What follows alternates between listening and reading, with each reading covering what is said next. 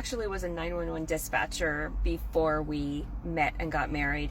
But before that, I owned my own company and was a real estate agent where I facilitated forgiveness of debt for federally funded loans. That job made me see other people, because I had to look into other people's finances, and it made me see other people's finances and where they went wrong. And that let me figure out where not to go. I think it was how I was raised, though. My parents were very frugal. My grandparents were very frugal on all sides. And we just did without, and we fixed things. We didn't ever play the keeping up with the Joneses game. We were all very excited on how we could fix things and keep things to last longer and to make do with things.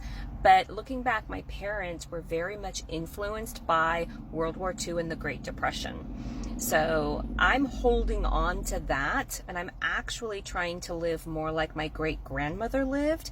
And she lived on 2 acres, which later became an acre.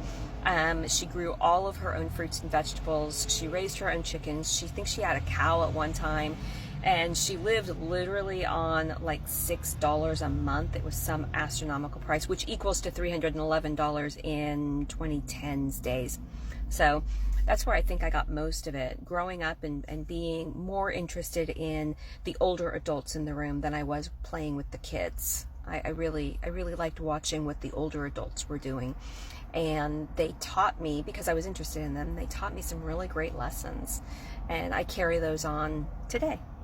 Hope. That's a great question, though. Thanks for saying I'm cool. I kind of like that. I think my grandparents were cool. My nanny was really the cool one. You would have loved her. You would have loved her. She was very interesting. Okay.